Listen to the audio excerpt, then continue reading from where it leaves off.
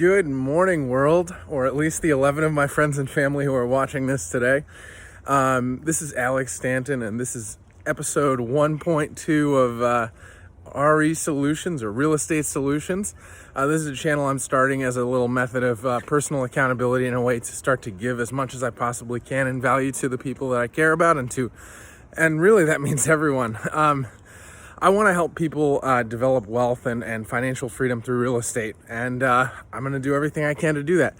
So I'm just out here taking a little morning walk. I thought I'd enjoy the scenery while I record this. In a few minutes, we're going to switch over to the computer, and I'm going to analyze a couple properties over in Providence, town I really love. I have some family there. There's some good universities. Generally speaking, Providence is a pretty even market. It's not growing super fast, but it's not decaying either. I've been working with another agent down there who gave me some good insight into the market, so I'm looking at a couple neighborhoods in particular, although I think you can absolutely buy successfully anywhere, as long as you know that area well enough to make good choices. Anyway, I'm out here in Watertown. I just moved over here with my girlfriend Gina, and she has an apartment here, and I'm moving in with her, and I just love this walk. This is a really beautiful circle just a street away from her, and there's this incredible view of the city. You can't really see it because the sun is very bright over here, but it's a really beautiful spot, and it gives me a lot of energy to come out here, so I thought I'd swing through. So I decided to make this channel because I want to help other people as well as myself build wealth through real estate. I think it's an amazing way to create financial freedom and to provide for the people that you care about. And I want to have the flexibility to spend my time with whom I want, when I want, and where I want. And I also want to be able to give very generously. I want to become something of a philanthropist and also be able to support other people. I think, I'm at the very beginning of the real estate investor's journey, and I'm looking forward to every part of it, especially the end where I can help people take this step on their own. For now, I don't have the finances to invest with a bunch of other beginners, but I do have the knowledge and experience as a real estate agent to help people make the right choices. And so that's what I'm going to be focusing on, and I'm going to use the knowledge that I've been working on in the last year to help other people understand how to invest securely and how to be, consistent and cautious with what they do. So in just a moment, we're going to switch over to the computer, and I'm going to show you exactly how I analyze properties. And I'll also be sharing my spreadsheet with you so that if you want to run through it, you absolutely can. Alrighty, Alex Stanton here, just came in from the morning walk, and I'm just going to switch over to sharing my screen so I can walk you through how I use my spreadsheet to analyze properties, and then we're going to take a look at one or two over in Providence. All right, here we go. So I created this spreadsheet because I'd been using one that a friend of mine made, and there were just a couple pieces that I wanted to add and tweak. Kind of make something that's a little more personal. So on the left here, we have some of the more basic information on the property. These first two boxes are kind of going to generate a lot of the basic information that you need. We have the property address, the web link. I like to just have that immediately available so I can go back and find where I originally got the property from. Asking price or list price on the property, number of units, total bedrooms, living area, lot size, days on market. I think this is a really valuable tool. If the property is in a super hot market and it's priced correctly, it could be gone in a week. But if it's been on there for 60, 70, 80, 90 days or more, you have to ask yourself why. Chances are it's probably overpriced. Maybe there are some problems that are scaring off experienced investors. It's very hard to know without seeing the property. So, take everything that I say here with a grain of salt. I love it if a property's been sitting because there's a reason why other people aren't sitting there. But basically, we're going to go through all of this. I'll walk you through it as we look at these properties. There's a couple ones in Providence that caught my eye. So, in fact, here is one of them.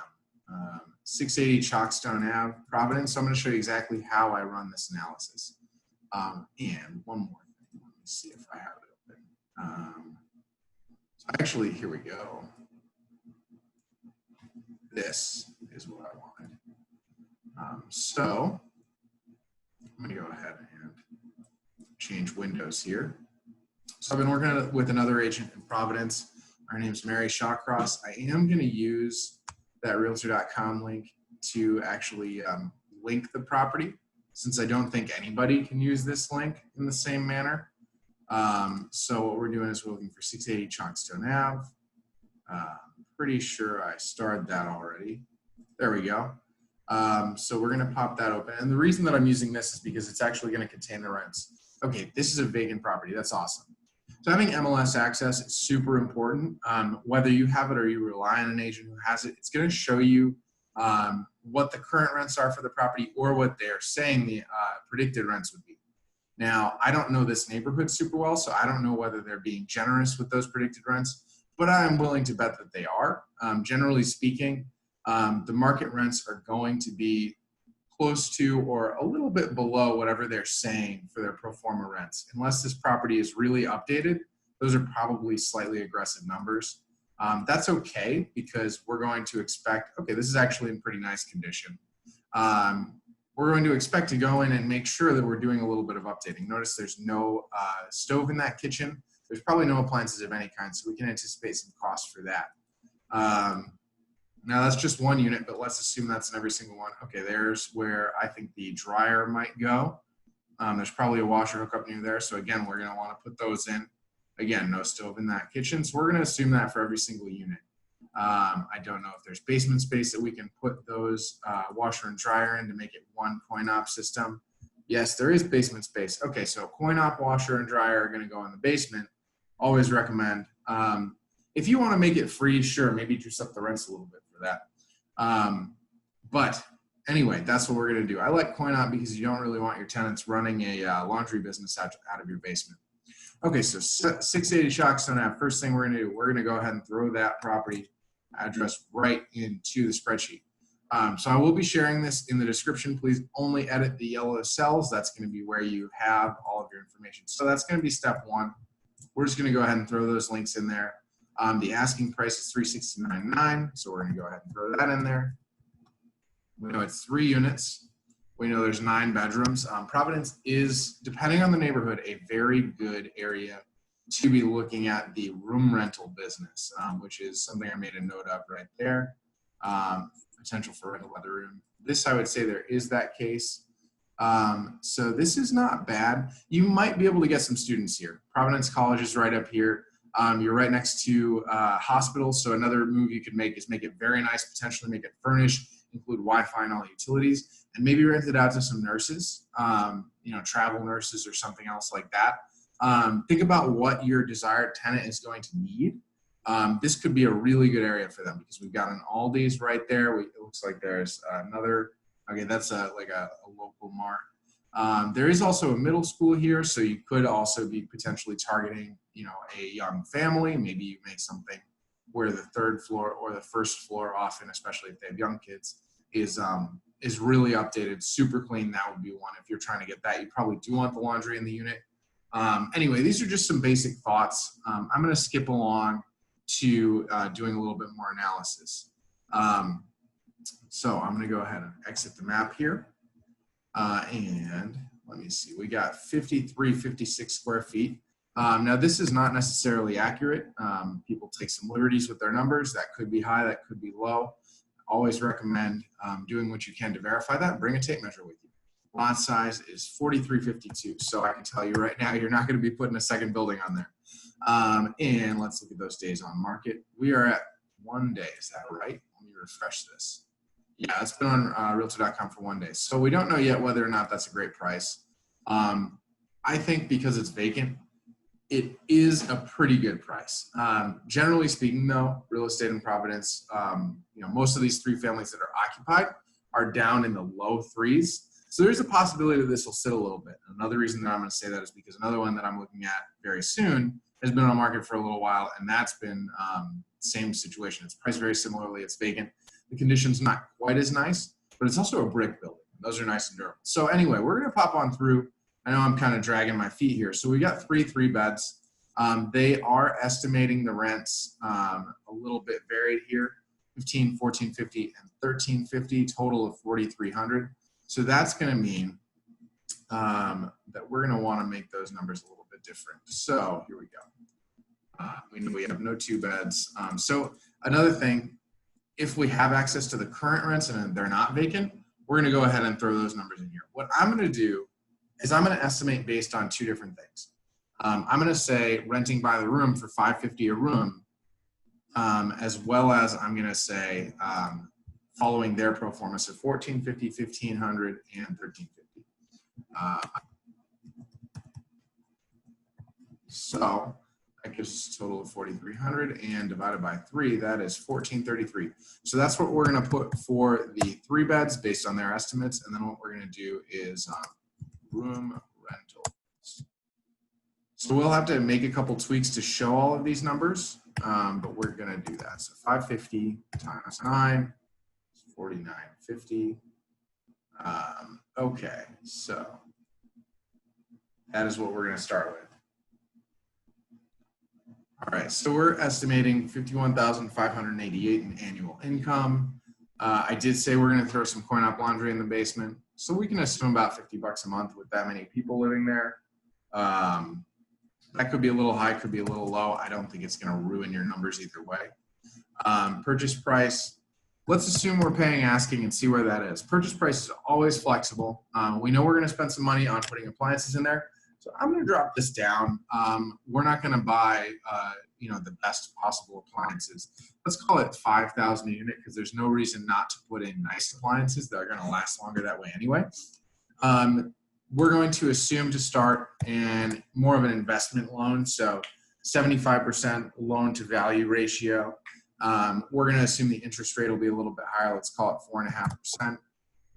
And we're going to hold it for 25 years rather than 30.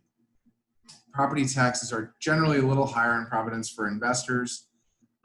So I could expect that these are going to go up a little bit. Let's see, right now, property tax listed at $393. Let's see what it actually is in Providence.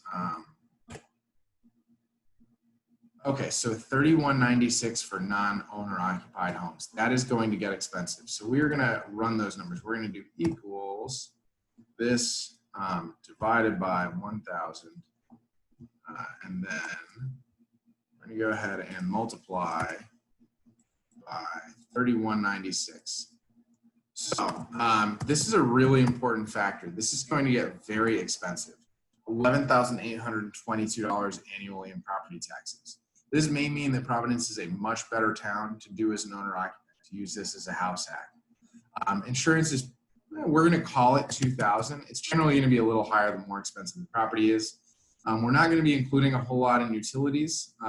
So what we're going to do is, let me verify. I have B7 number of units, so 3 units times $80 per unit per month times 12. So that's going to be our total water bill, our utilities for the year, as well as a little bit, $35 a month for common area electric plus $50 a month for trash removal. So that's where we get these numbers. All you need to do is just let that do its thing. Next thing, we're going to be looking at reserves. So I have been running this around 10%. These will make a really big difference. There's going to be some variation there. If you were to go by the room, you might see something a little bit lower. So what we're seeing is a net monthly cash flow of negative $409. So that means we cannot pay a purchase price of $369.9. We just can't buy the property for that. If you look at it here, though, the really interesting thing is we actually end up with still a positive return over a 5-year hold period. Now, the reason for this is because cash flow is not the only thing that's happening. If you've done a little bit of work to improve the property, generally speaking, we're going to capture a little bit of equity there. So over 5 years, you're going to pay $33,685 in principal pay down. You're also going to get a little bit of appreciation. I'm calling it 2% annually to be conservative. Now, who knows, with the current market, this could drop down in the next 5 years. If you hold for 10 years, I think you're much more likely to see that appreciation happen because the market is not going to go down forever, at least not in a nice, stable market like Providence. We'll see. It definitely took a hit in the Great Recession. It's part of why it's a pretty much stable market right now. and not growing rapidly. However, it's a great submarket of Boston, which I think has a lot of value. Next thing, I throw in a little forced appreciation. This is going to be whatever improvements we do, better have a return. No appliances in there is an expense. That's a problem for anybody who's moving into there. So we're going to assume that that money is going to increase the value. That's another reason why I think this one might sit a little bit, is because they're not providing any appliances for the next owner. That's a big upfront expense, especially for someone who's doing a first-time home buyer loan. You can see also this deck definitely needs some work. That's pretty gross. I think we can assume there's going to be a few details that we can't see in these photos that need to be fixed. Probably nothing crucial, but aside from those appliances, geez. Anyway, so we can assume that we're going to improve the value a little bit. We can also see there's going to be some negative cash flow over those 5 years. But over the course of that time, that's offset by the equity capture, the appreciation, and the forced appreciation. So we end up with a 3.8% annual return. If we were to hold it for 10 years instead, the annual return actually comes down a little bit because that cash flow is factoring in more versus that forced appreciation. Assuming the rents do come up a little bit, we should see some amount of an increase. So that's starting to come up again. If we hold it for the full 25 years, at that point, we're looking at a 4.5% average annual return.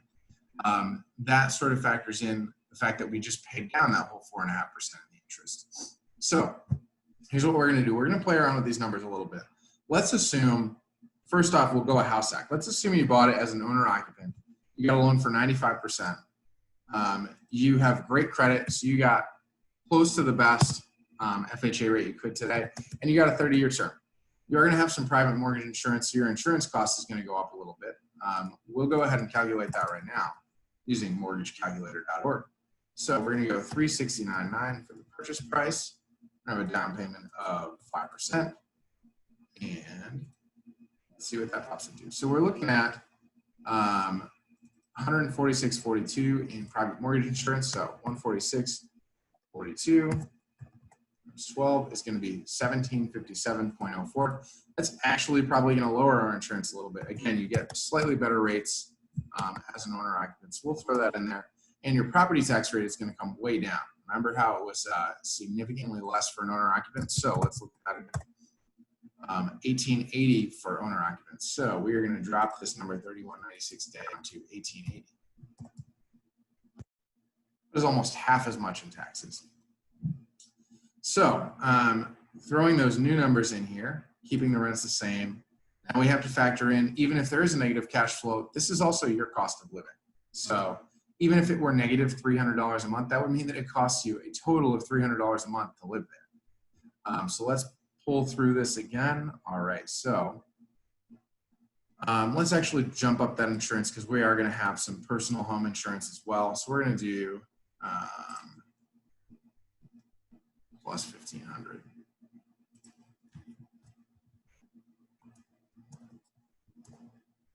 We'll call it $3,257. Again, trying to be a little more conservative here. And because you're living here, we're absolutely going to drop some of these expenses down. Vacancy is going to be a little bit lower because you're right on top of it. We're going to make it an 8% vacancy reserve. Oh. Here we go. So times 0.8. Oh. There we go. And I'm going to do the same thing for management. You're self-managing. Are you kidding? You don't need to pay a manager for this. And next up, repairs and maintenance. Let's say you're a little handy. You're going to throw a little bit of sweat equity into this. We'll run that down a little bit. Major repairs we're going to keep the same because it costs the same to keep a house from falling down, pretty much no matter who's doing it. You're probably not going to be putting on a new roof. If you are, awesome. If you're a contractor out there watching this, buy this property. All right, so now we have a positive cash flow of $394 a month. I forgot to turn this into 2 units because you're going to be living in one of them.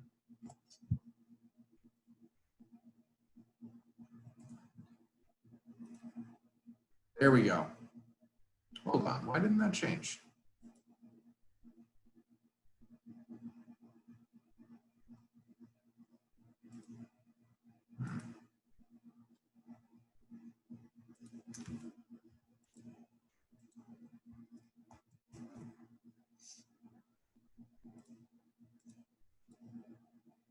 There we go. Okay, now our numbers are looking right. So we are at $585.51 in monthly cost of living. That's not bad. So assuming that 30-year hold period, let's drop that down to 10 because you're going to move out at some point. You're still getting a positive return of about 3% over the time that you're living there. It's definitely costing you some money. $70,000 over the course of 10 years sounds like a lot. But if you were to just go ahead and rent, let's take a look at that. And let's say you paid $1,500 for a unit like this. What do you think you're going to spend over the next 10 years? $180,000.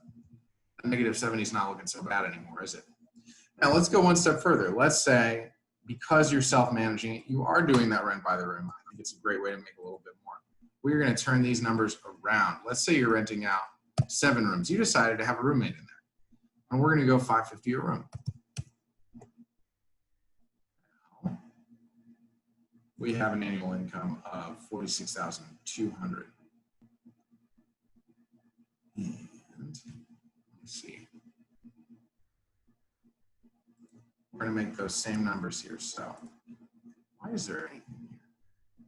Oh, right, because we have that point out laundry going in. All right, so we're going to go ahead and again drop that management fee down to 0. You're self-managing.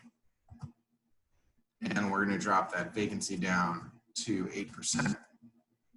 And we're going to drop those repairs down to 8%.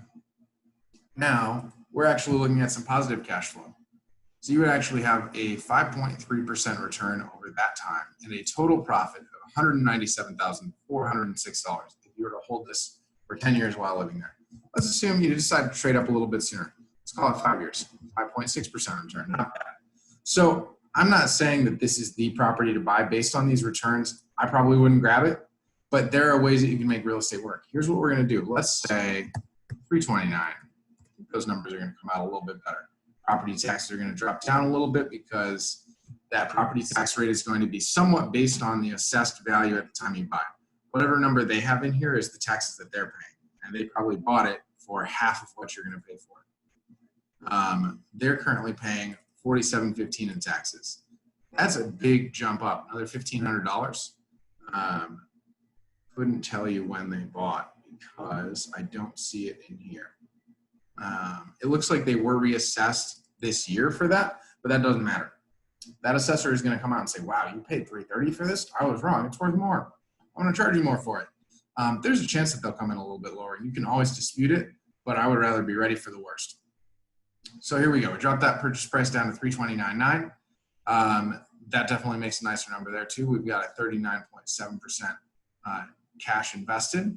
And now we have a net cash flow monthly of $383. Now this is including living there for free. So don't forget that you are saving yourself over the course of those 5 years, $90,000.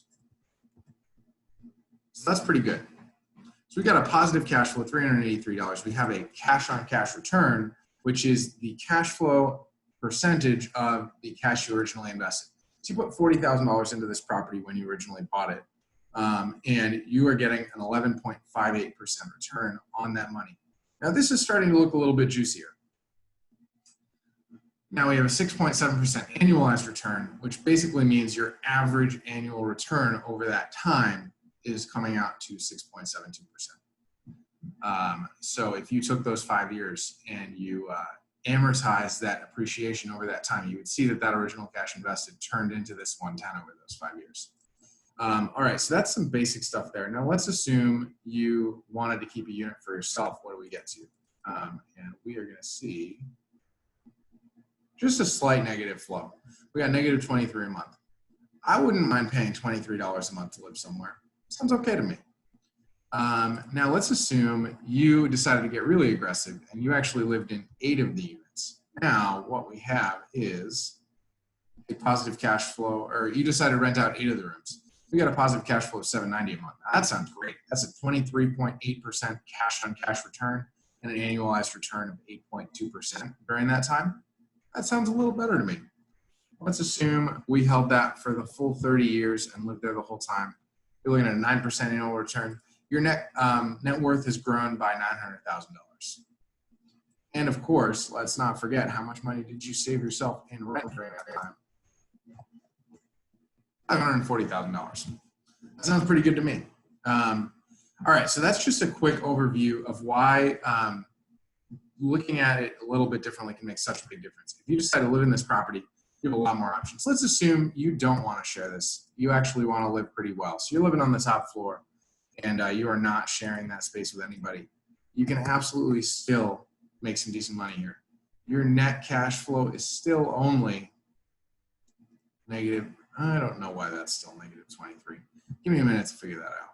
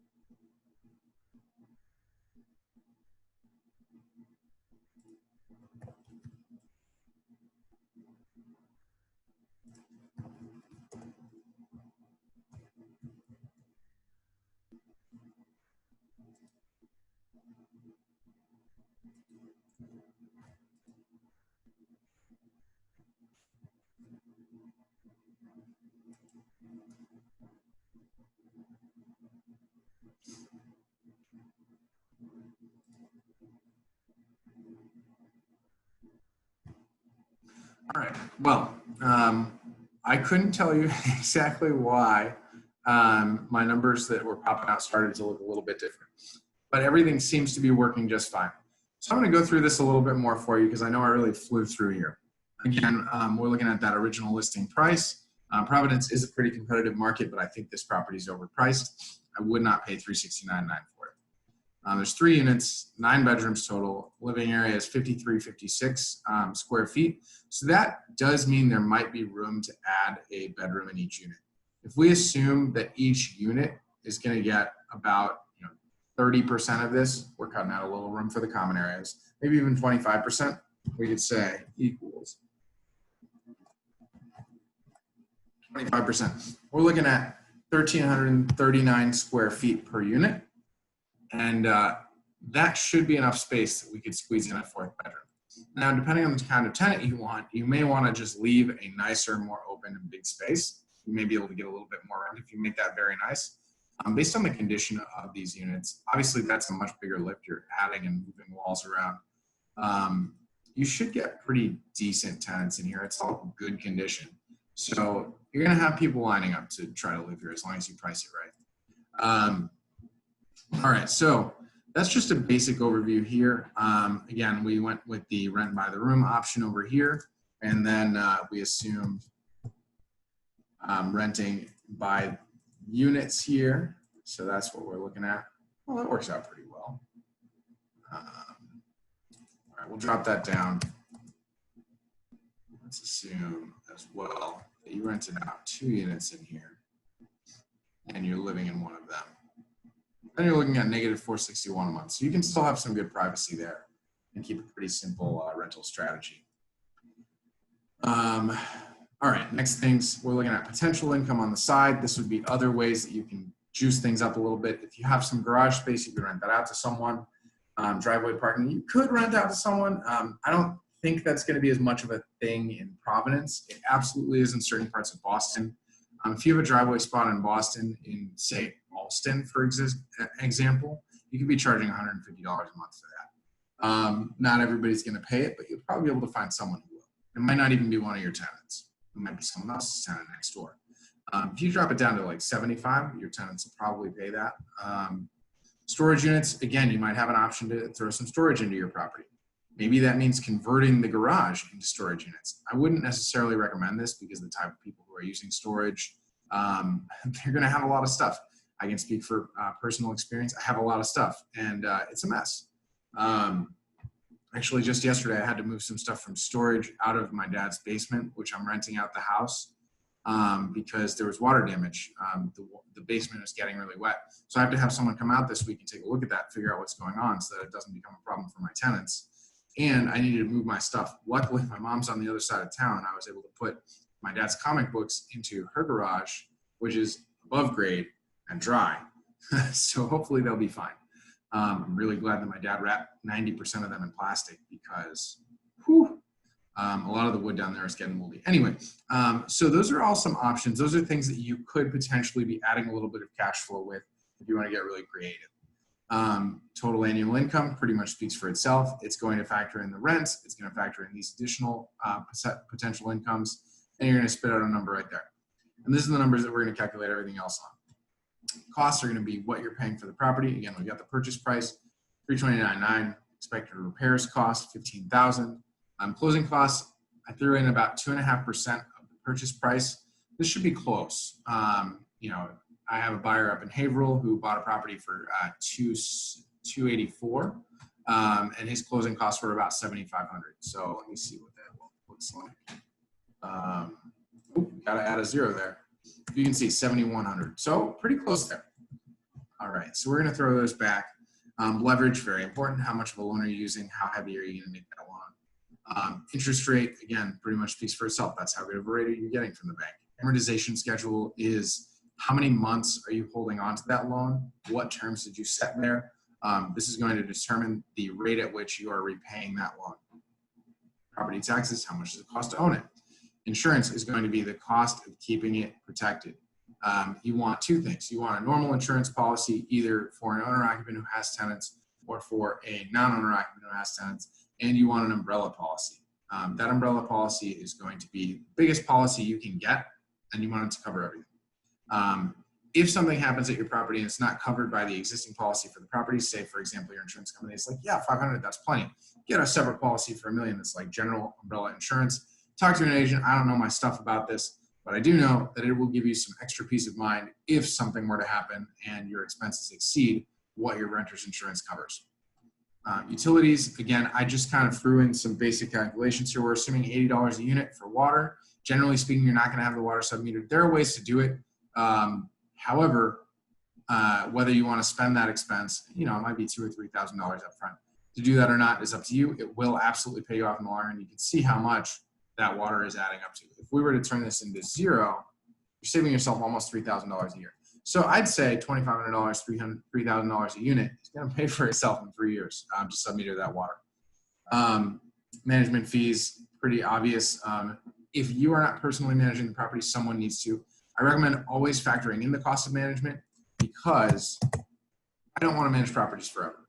At some point, I want to pay someone else to do that. Vacancy, again, you always want to factor in some vacancy. You never know what's going to happen.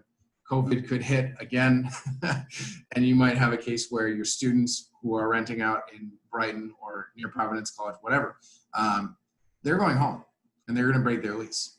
And you could try to force them to pay their rents, but it's probably going to fall in favor of them in crazy times like this. So plan for this stuff. Set aside reserves. If you have this property for 10 years and you were doing your job correctly as a landlord, you should be weathering this time okay. Now, I get it. I wouldn't have either. If I had 5 years of reserves, I'd say that's probably good. And I'd be hurting a little bit because of COVID. But I hope I'd be ready to pivot. Repairs and maintenance, again, we're really not going to want to go below 7%. This is going to depend on the property value. If you have a $50,000 duplex out in the Midwest, which I've thought about, they look really cool. Cash flow looks great. You're definitely going to want that 10% because a new roof is going to be 20% of the property value. What are you going to do then? CapEx, again, that's really where our big repairs, like a new roof for the property, are going to be. Knowing that we're only setting aside $3,500 a year means if we do need a new roof, we're only going to be able to afford one every 5 years. There are other things that cost as much as roof: plumbing, electrical, water tanks, central air, whatever it is. If something big is going on, you need to have money for it. So we need to set these reserves. Annually, we're setting $13,756. We can absolutely cross the lines here. If a big CapEx thing comes up and you haven't had to replace any appliances or any minor things in the unit, that's $7,000 you can play with. If you have no tenants turnover, but you need to replace the roof, again, that's another $3,500 you can play with. If you're self-managing, there's another $3,500. But you should be setting these reserves. Anyway, that's basically the gist here. I'm going to pop those back out. So if you're renting out all 3 units and you are paying the non-owner occupant taxes, we're just going to put in 31 because that's pretty close. You're losing about $338 a month. You're still ending up in the positive here. Okay, let's go ahead and drop that leverage down. There we go. Now we're looking at it. So negative 122 a month, not horrible. Again, we can throw in that coin op laundry and juice that up just a little bit, negative 92 a month. There we go. 10-year hold period. Again, those returns are not great. You'd be better off in the stock market if that's all you're doing. But if you get creative, you buy a property right, and you push those numbers up, you can definitely get something. Also, if the property appraises for more than $329,900, you could potentially have that loan be a little bit higher relative to the value. But we're going to go ahead and jump to another property and see if we can find something a little bit prettier here. So we're going to pop over to 710 Charles Street. So this is a property that's been sitting for a little while. This is actually one that I like more. This one is at $359,900. So this is on the market. Let's take a look. I think this one's been on the market for about 80 days. I'm going to stop after this one today because I know this is definitely running over a little bit. We're going to go to realtor.com. We're going to change the property type to multifamily, and we're going to make sure we're getting rid of anything that is pending or contingent. So hide those. That is just going to reduce the amount of stuff we need to sift through to find the property that we're looking for. Oh, nope, not that one. These are a couple other properties that I was thinking about looking at. Where is this? Here we go. I think this is it. There we go. So I really love this. Brick is awesome. It's beautiful. It is also durable, which I very much like. Brick siding is not going to need to be replaced very often. You may need to do some pointing, which is where you're restoring some of the mortar between the bricks. That definitely is not cheap. However, that property is going to stand for a long, long time. You can see the interior could use a little refreshing, but you do have some beautiful hardwood floors. You have this kind of cute wainscoting around the bottom. That's definitely a dated look. That doesn't mean it can't work for you. Looks like you've got the double parlor living room. It also looks like there may have been a wall here at some point, so that might be a potential down the line to add yourself a bedroom. All right, and then we've got mudroom over here. Looks like the siding or the plaster there is not very attractive. Looks like that might be a portion of like a galley kitchen. This might even be your main kitchen. So this might be another case where they're delivering a unit without any appliances. That looks like it definitely is. Again, we're gonna have to factor in those costs. Bathroom looks good. Yeah, another galley kitchen. So that's also a consideration. These kitchens are going to be very dated with that galley look. They're also going to feel a little cramped. This countertop is very old. I would say there's definitely some cosmetic stuff that needs to go in because we need to also replace the appliances. This is kind of a moderate cosmetic. It's not like crazy, but some money needs to go into it. So we're going to go ahead and throw these numbers in. 710 Charles Street. Start that right here. Oh, hold on. Let's actually make a copy of this. And we're going to go 710 Charles Street, Providence, Rhode Island. Here we go.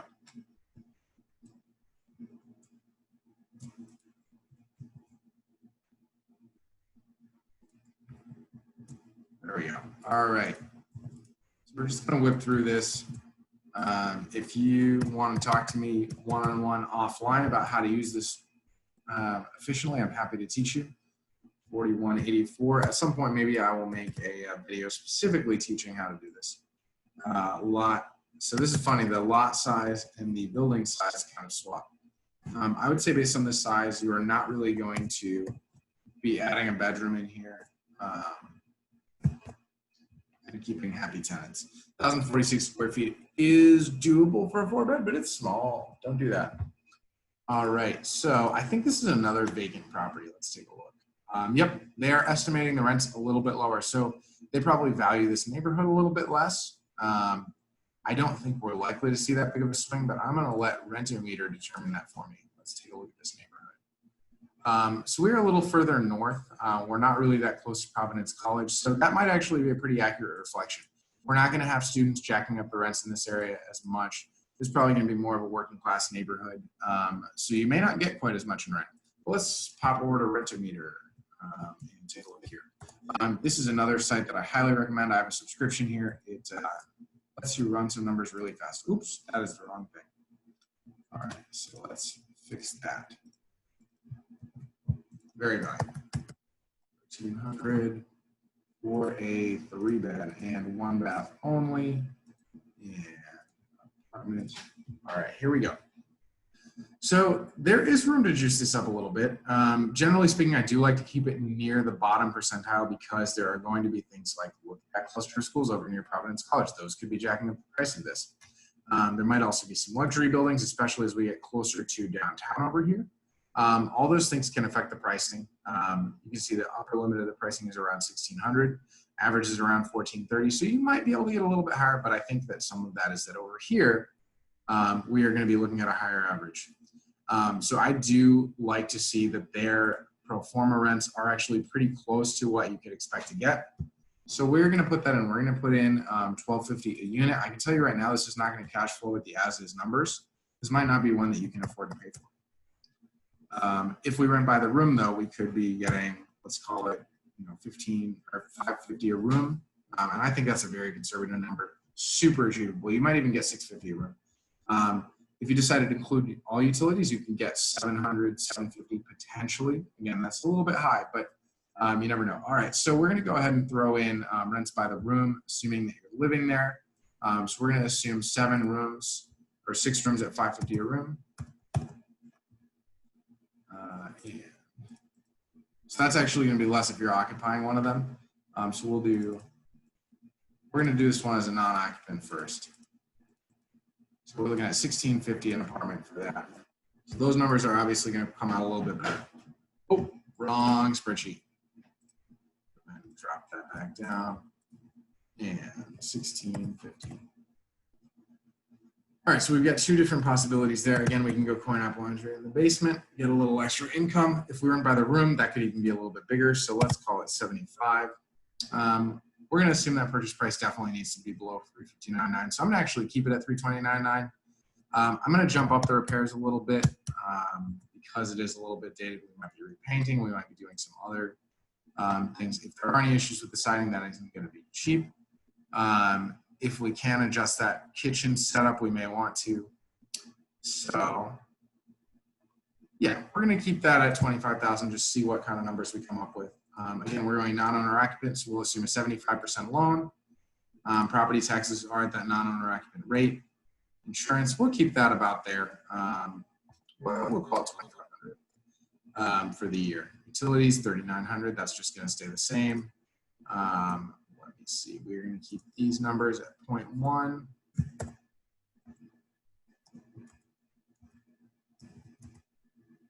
All right.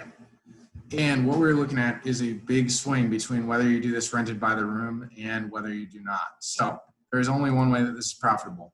If you rented by the room, you're looking at $375 a month in cash flow. However, your cash on cash return is 3.9%. That is not good enough.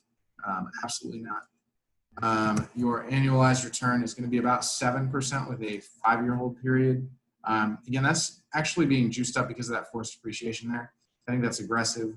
That's going to be more accurate over a longer timeline. So 6.2%, again, not a good enough return. We're going to need to buy this property for less. Unfortunately, I think it's unlikely that we're going to get it below like 319. I'd love to pay $32,000 for that. All right, so 319.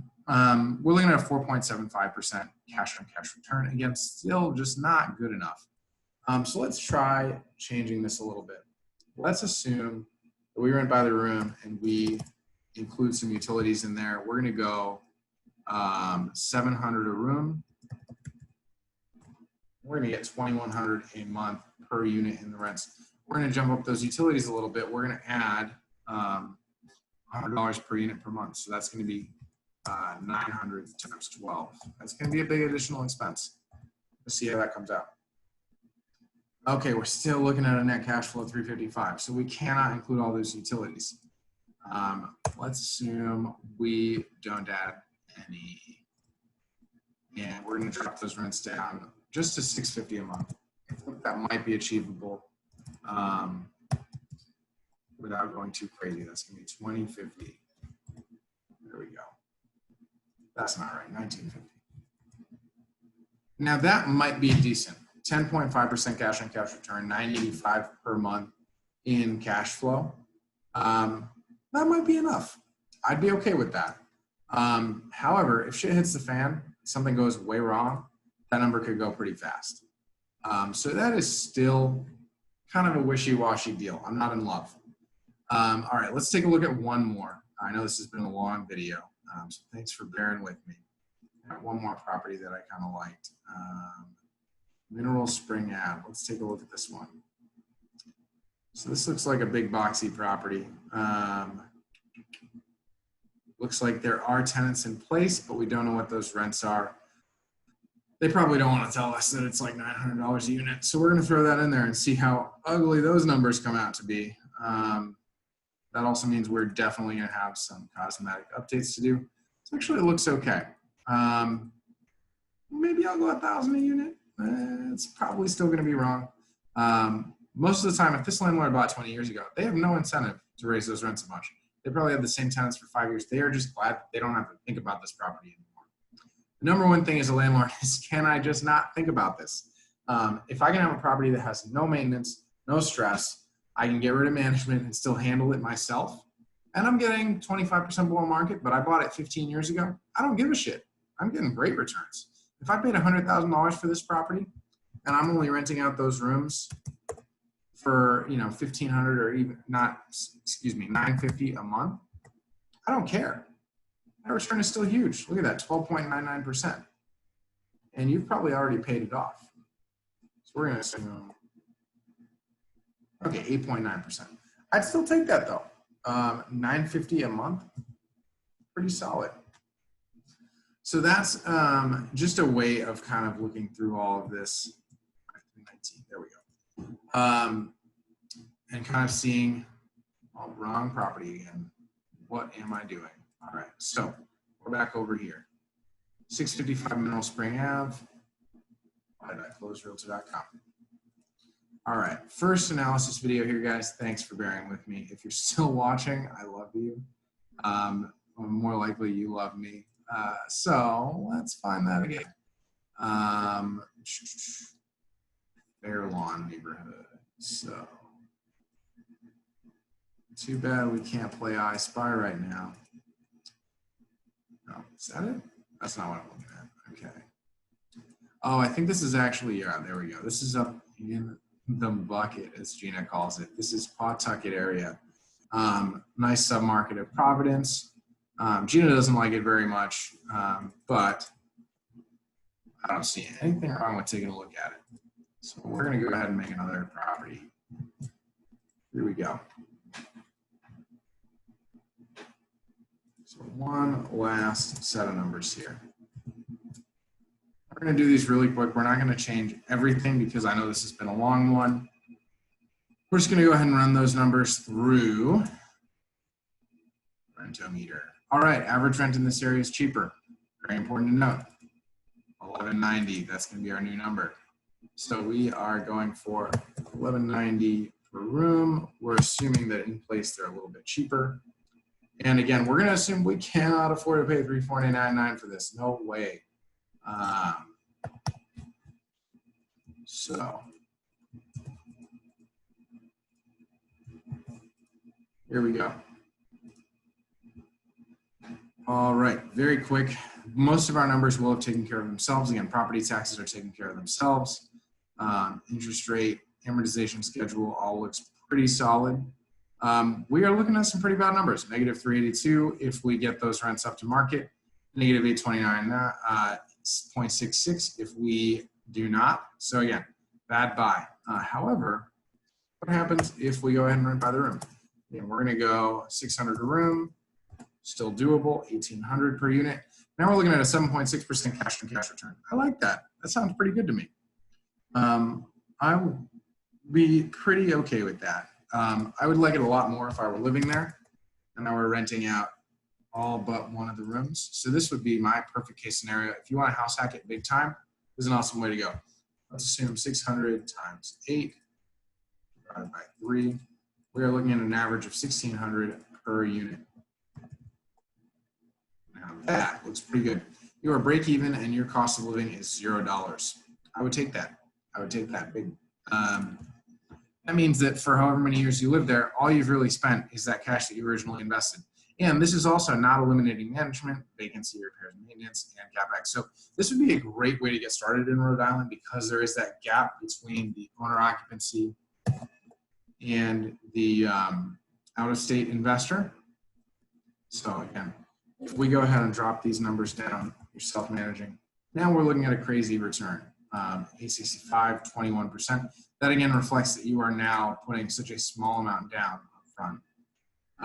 So here we go.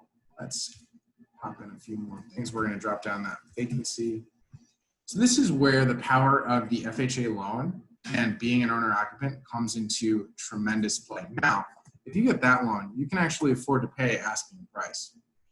You're still going to have a nice $750 per month of cash flow while you're living there. I would love to get paid to live somewhere. To be honest, Gina would not permit this, but what we can do, and she might consider this, is renting those other 6 bedrooms. Oh, 5x3, excuse me. 3,600 divided by 3, 1,200. I don't even need a calculator for that. What am I doing? All right, so if we assume $1,200 and we're self-managing there, $96 a month to live there, I'd take that for whatever amount of time. Let's assume it's 5 years.